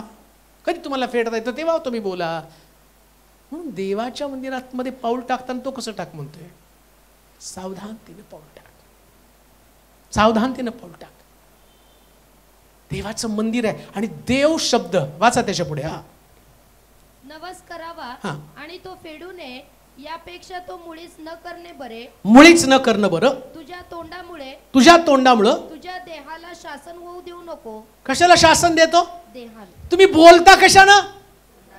इमोशन मध्ये असतो ना, गडबड असते, ते दाखवायचं असतं. प्रभू मी हे करेल, मी तुझ्यासाठी, मला आता मरावं लागलं तरी चालेल, मरावं लागलं तरी चालेल. थांब जरा, 4 लोक सोडतोस तुझ्या अंगावर. आम्हाला नुसतं कोणी दम दिलं की पळून जातो, कुठली सेवान काय नाही. बोलू नका. तोंडामुळं तुमच्या देहाला शासन ठरलेलं आहे. लक्षात ठेवा, हे परमेश्वराचं आहे. अजून एक गोष्ट तुम्हाला सांगतो, जेव्हा तुम्ही केलेला नवस फेडतात तेव्हा तुम्ही अब्रामासारखं आशीर्वादित असता. काय गेलं याची विचार करू नका, काय देव देणार याचा विचार करा. आणि ही गोष्ट 100% सत्य आहे. तुम्ही ज्याही गोष्टी करता त्या डायरेक्ट देवापर्यंत जातात, डायरेक्ट देवापर्यंत जातात बरं का. तुम्ही कुणी बोलला असाल नाही मी प्रभूला एवढे देणार आहे, आणि ते तुम्ही दिले, ते तेलोऱ्याने नाही खाल्ले किंवा ते माझ्याकडे पण राहिले, ते गेले कुठं? तुम्ही देवाला नवस, कुणाला नवस बोलला? देवाला. आणि ते आलं माझ्याकडे आल्यावर आता शेवटी माध्यम मीच आहे ना. असं तर नाही, देवा तुझा पत्ता सांग, मी मनी ऑर्डर तिकडं करू. ते म्हणणार तिकडं काय करू, तुझं अमेरिकेत डॉलर चालतात, तुमचा रुपया त्याला कोण कुत्रं विचारत नाहीत नाही का. इंडियातच रुपया चालतो, अमेरिकेत कुठं कोणी ट्रम्पला जर तुम्ही म्हटलं नाही आम्ही तू आमचे 1 लाख रुपये पाठवतो. अरे तुझे 1 लाख इथं येता 80 भागा त्या 1 लाखाला किती होतात बघा, किती होतात? कॅल्क्युलेटर मोबाईल तुमचा आहे की 86 रुपये डॉलर, 1 लाख भागिलेले 86, तुम्हाला 1 लाख वाटतात. ट्रम्पला पाठवल्यावर किती होते बघा जरा. अरे मोबाईल मध्ये होतं की झटकन किती 1100 रुपये झाले. 1 लाख तुम्ही पाठवले ट्रम्पला, झाले किती? आणि 1 लाख देवाला पाठवलं काय होणार आहे सांगा? ट्रम्पला पाठवल्यावर 1100 होते, तुम्हाला त्याचे 1 लाख पाठवले, 2 लाख पाठवले, 10 लाख. हो, म्हणून लक्षात ठेवा, ज्याला तुम्ही देता तो 2 तोल्या सुद्धा आशीर्वादित करतो. ही गोष्ट तुमच्या लक्षात असो का? 2 तोल्या हो. इकडं त्यानं 2 तोल्या त्या विधवेनं मंदिरात टाकत असताना ते तिचं कमिटमेंट होतं, तो तिचा करार होता, तो तिचा नवस होता. माझी उपजीविका, माझ्या 2 तोल्या मी परमेश्वराच्या मंदिरामध्ये टाकील, हा तिचं कमिटमेंट होतं. प्रियानो, परमेश्वराच्या मंदिरामध्ये सावधानतेनं तुम्ही पाऊल टाका. का तुम्ही जे बोलता, बोललेले सगळे आशीर्वाद तुमच्यासाठी आहेत. एक गोष्ट ध्यानात ठेवा, ज्या लोकांनी कमिटमेंट करून परमेश्वरासाठी दिलेलं आहे, मला सगळे माझ्या लक्षात आहेत. माझ्या लक्षात आहेत, त्याच्या किती लक्षात असणार आहे? काय त्याचं स्मरण असेल, काय त्याचं स्मरण असेल? मी कधी कधी विचार करतो, बरेच लोक बाहेरून त्याला दिलेले आहेत. मला असं वाटतं की चर्चचं बांधकाम पूर्ण होईल, काही लोकांनी 20-20, 30-30 लाख रुपये दिलेले आहेत, घेतलेत, मी त्यांना दिलेत बिचाऱ्यांनी. आणि मग मला असं वाटतं की एक सुंदर ट्रॉफी वगैरे बनावी, काहीतरी बनवावी, एक चर्च बांधून तयार होईल, त्याचं एक सुंदर त्यांचं व्हॅलिडेशन किंवा त्यांचं आभार प्रदर्शन करावं, एक दिवस त्याच्यामध्ये करावा, का तर त्यांनी दिले. विचार करा, एक पाळक म्हणून मला वाटतं ज्याचं मंदिर बांधलं जातंय त्याला किती विशेष वाटत असेल. याने अहो मी पुन्हा तुम्हाला सांगतो, विधवेनं 2 तोल्या दिल्या तर त्याचं स्मरण केलं. काय तुम्ही जो केलेला नवस, त्या नवसाचं स्मरण देव करणार नाही का? परमेश्वर नवसाचं स्मरण करणार आहे. म्हणून तो असं म्हणतो की तू नवस करशील तर काय करो? नवस करावा आणि तो फेडू नये यापेक्षा तो मुळीच न करणे बरे. तुझ्या तोंडामुळे नाही तू देवाला नवस केला, तो फेडण्यास काय करू नको, विलंब करू नको. देव का म्हणतो इमर्जन्सी फेड? काय तुम्हाला माहिती का, देव म्हणतो ना तू ताबडतोब फेड, याचा अर्थ देवाला तुम्हाला काहीतरी द्यायचं असतं.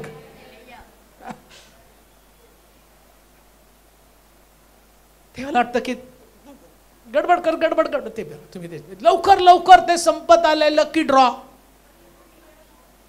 काय असती फुटकी कळशी त्याच्यासाठी ते लकी ड्रॉ. त्वरित करा, धावा. आपले येडे पळत जाते. लागावा. अहो ज्याच्याकडनं काही मिळत नाही तिथं तुम्ही गडबड करता. जो देण्यासाठी समर्थ आहे, ज्याच्याकडे देण्यासाठी असंख्य आशीर्वाद आहेत, त्याला नवस करायचा आणि फेडायचा. का तर माझ्या द्या प्रभू, मी नवस केलं, प्रभू आता मला काय करू नका.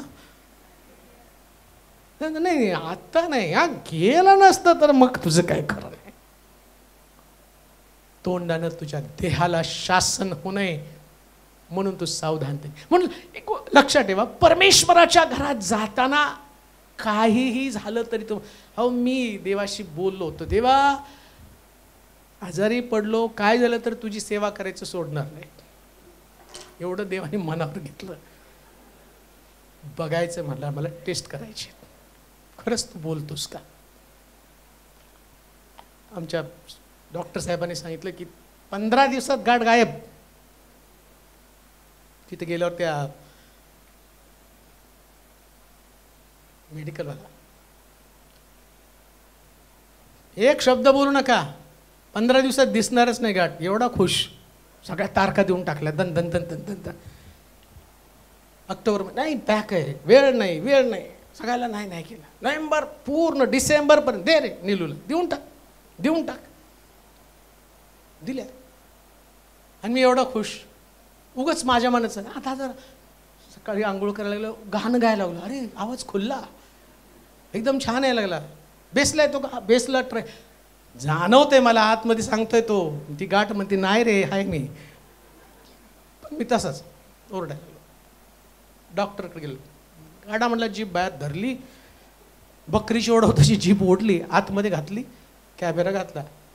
अहो ती वाढली, मग ऑपरेशन करावं लागेल. 2 दिवस ऑपरेशन करायचं, 8 दिवस विश्रांती घ्यायची, नंतर बोलायचं. अरे बापरे, तारखा तर देऊन बसलो. दोघा तिघाला पाठवलं, मग तिकडून तर अजून चाललं. बोलू नका, फुटलं तर पॉइझन होईल. आता देवाला तर बोललो, काही झालं तरी सेवा करणार. आता फुटू तर द्या, नाहीतर बसू तर द्या. पण विश्वास माझा आहे की जेव्हा नवस फेडेल तेव्हा आशीर्वाद नक्कीच असतील. म्हणून लक्षात ठेवा, परमेश्वराच्या घरात गेला तुम्ही कोणत्याही परिस्थितीमध्ये माघार घेऊ नका. आणि मुळामध्ये देव म्हणतो ना, तू लवकर नवस फेड, याचा अर्थ काहीतरी देवाला लवकर द्यायचंय तुम्हाला. म्हणून लक्षात ठेवा, परमेश्वराच्या घरात पाऊल टाकताना सावधान चित्तानं पाऊल टाका. जे तुम्ही बोलाल ते करण्यासाठी तुम्ही केपेबल असा. म्हणून असं म्हटलं की जेव्हा तुम्ही परमेश्वराच्या घरामध्ये पाऊल टाकता तेव्हा तुम्ही सावध असा. तुमच्या बोलण्यामुळं, तुमच्या तोंडानं तुमच्या देहाला शासन होऊ नये. वाचावर 6 वचन अजून म्हटले, तुझ्या तोंडामुळे हा तुझ्या देहाला हा शासन होऊ देऊ नको. हा मी चुकून बोललो हा असे दिव्यदूतासमोर म्हणू नको. हा तुझ्या बोलण्याचा देवाला राग येऊन बोल. कुणाला राग येतो? अहो तुमच्या बोलण्याचा राग कुणाला येतो? आहे का लक्षात? माहिती तरी आहे का तुम्हाला? तुम्ही जे बोलता ना, म्हणून देवाच्या मंदिरात पाऊल टाकताना काय भावना असली पाहिजे माहिती का?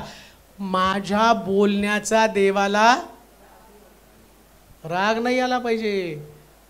मी आता एवढं छान, इथं समजा देवाने मला एवढं सुंदर फुलपीठ दिलं आणि याच्यातनं जर माझी सगळी भडस मी काढायला लागलो, देवाला राग येणार ना? रे मी तुला फुलपीठ दिलं कशासाठी? लोकांचं तारण व्हावं, त्यांचं जीव. याच्यात मी तुमचा राग केला तर त्याचा उपयोग होणार. मला बोलताना विचार नाही, प्रभूला याचा राग येणार आहे. प्रत्येक जागा, प्रत्येक स्थान, प्रत्येक ठिकाण, प्रत्येक गोष्टीला आम्ही जे बोलतो त्याचा राग प्रभूला कधी येऊ नये. म्हणून तो म्हणतो, मंदिरात पाऊल टाकताना सावधानतेने पाऊल टाक. पुन्हा मी तुम्हाला सांगतो, तुमच्या बोलण्याचा राग देवाला येत असतो. माणूस रागवला तर रागवू द्या, तो तो तुमचं काही करू शकत नाही, पण ज्याला तुमच्या देहाला दंड देण्याची ताकद आहे त्याला कधीच रागवू नका, कधीच असे शब्द बोलू नका ज्याच्यानं तुमच्या देहाला शासन होईल. आपल्या जागेवरती आपण उभं राहूया, आपले डोळे आपण बंद करूया, आपली मस्तक आपण लावूया.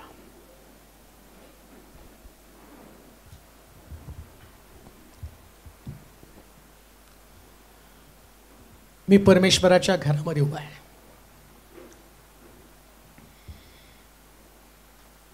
काय माझी भावना आहे? जगामध्ये असंख्य लोक ज्यांनी आज परमेश्वराच्या मंदिरामध्ये पावलं टाकलेली असतील,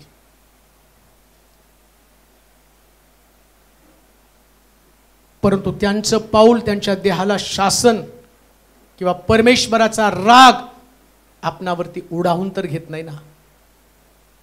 मी पण परमेश्वराच्या घरामध्ये आलेलो व्यक्ती आहे. मला माझा विचार करायचा आहे. परमेश्वराच्या घरामध्ये येताना प्रभूची आणि माझी भेट हा हेतू, माझा राजा माझा स्वामी मला भेटावा, देवाचं वचन त्याचा बोध मला झाला, मी श्रवण केलं, त्या वचनामध्ये कोणा व्यक्तीला मी पाहिलं नाही, मी स्वतःला पाहिलं. कुणाचे दोष, कुणाच्या चुका, कुणाचे अपराध यांच्याकडे मी लक्ष लावलं नाही. दाविदासारखं मी म्हटलं पाहिजे, देवा मी पापी आहे, मच पामरावर दया कर.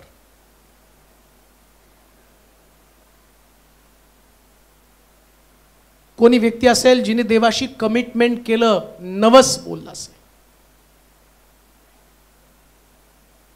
कधीतरी केलंय, आठवत नसेल, आणि तुम्ही फार पिढेमधनं त्रासाबद्दल चाललेला असाल, तर आजचा संदेश तुम्हाला तो नवस फेडण्यासाठी प्रोत्साहन देईल. काय करार तुम्ही देवाशी? विसरून गेला का? देव न्यायी आहे. तुमचे शब्द त्यानं मनापासून स्वीकारले होते आणि तुमच्या बोलण्याचा आता त्याला राग सुद्धा आला असेल, परंतु प्रभूचे धन्यवाद माना, धन्यवाद द्या, का तर प्रभूनं तुम्हाला जाग केलंय. परीक्षा आहे, कमिटमेंट देवाशी आहे. देवाच्या मंदिरामध्ये फक्त देवच केंद्रस्थानी आहे. देव, कोणा व्यक्तीला पाहू नका, स्वतःला आणि देवाला पहा. तुम्हाला कळेल जेव्हा प्रभू तुमच्या समोर असेल तेव्हा तुम्ही कमी असाल. यशा म्हणतो मला हाय हाय, का तर मी प्रभूला पाहिलं. परुषी म्हणतो या बाकीच्या लोकांसारखे लुबाडणार पापी व्यक्ती मी नाही. त्यानं व्यक्ती पाहिला, पण यशयानं देव पाहिला. किती सुंदर आहे नाही का? आज दुपारी आपण देवाला पाहूया. हे देवा, नम्रतेने एक याजक म्हणून मी तुझ्या समोर येत आहे. जगातल्या प्रत्येक मंडळांना या शिक्षणाची गरज आहे माझ्या देवा. लोक चर्चमध्ये येत असताना त्याला त्यांचं गांभीर्य नाहीये. पवित्र आत्म्या आज प्रत्येक मंडळीला आणि त्यामध्ये असणाऱ्या लोकांना गंभीर बनव. जेव्हा ते परमेश्वराच्या भावनामध्ये पाऊल टाकतील, त्यांच्या शब्दांचा हिशोब प्रभू त्यांच्याकडनं घेणार आहे, याची जाणीव त्यांना होते. तुझा दास या नात्यानं प्रभूजी मी स्वतः तुला स्वाधीन होतोय. असे कोणते शब्द मुखातनं बाहेर पडू दे नको ज्याच्यामुळं माझ्या देहाला शासन होईल. असं कोणतं अतिरेकी बोलणं माझ्या मुखातनं बाहेर पडू देऊ नकोस जे भावुक होऊन मी बोलेल आणि मी चुकलो हा शब्द माझ्या मुखातनं बाहेर पडेल असं घडू देऊ नकोस.